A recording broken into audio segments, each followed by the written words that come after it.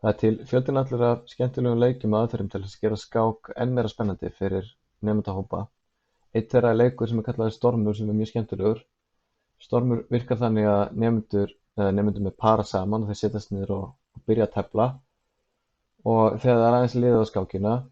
þá grípur kennarinn inn í og hrópar Stormur. Og það merkir þá að nemendur þurfa að standa upp og skipta taflborð.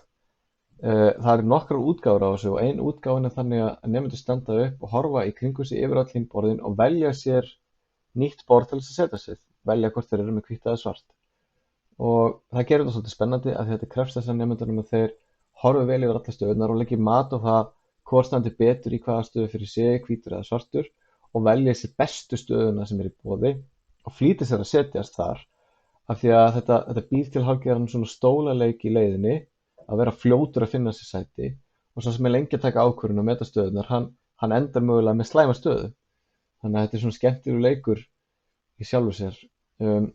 Skulum segja að nemendur sé að tefla og skákin er byrjuð og komin eitthvað vel á veg. Kannski ágætt að láta nokkra mínútur líða áður en það er skipt og svo er allt í einu hrópað Stormur, kennarinn stjórnar því og þá þurfa nemendur að standa upp og horfa í kringum sig og þeir sjá margar stöður í kringum sig og þeir þurfa að velja, eins og ég segi, bestu stöðuna sem er lýst á og einhver ákveðin nemandi velur sér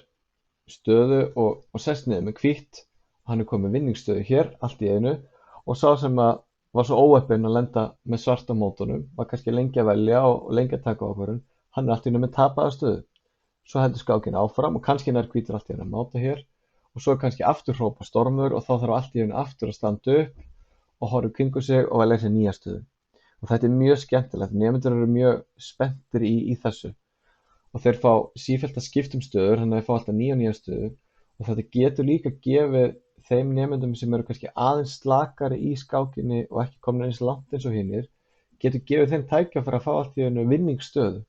getur gefið þeim í rauninni tækifæri til þess að vinna skákir þó þeir hafa ekkert endilega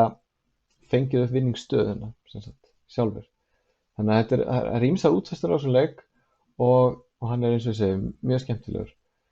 Önnur leið til þess að útfæra Storm er svo að nemendur setja hlið við hlið, það er að segja í röð, borðaröð og hlið við hlið og byrja að tefla og þegar það kallast Stormur þá eiga allir að færa sig til hliðar og það má vera í hvor áttina sem er, allir færa sig til hægri þannig að nemendur fara í hring eða þá allir færa sig til vinstri, kennarinn stjórnar því bara og það þýðir að nemendur koma þá í nýja stöðu og fá nýjan andstæðing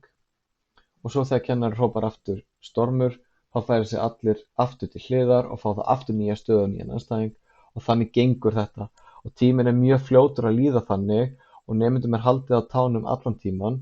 og skákin verður alltaf spennandi. Þannig ég mæli með þessum leik sérstaklega ef að skáktímar fara að vera dálítið tilbreytingarlausir og venjuleg skák er ekki lengur nógu spennandi fyrir nemendur, þá er gott að brjóta þetta aðeins upp svona. Gerir þetta skemmtilegt fyrir alla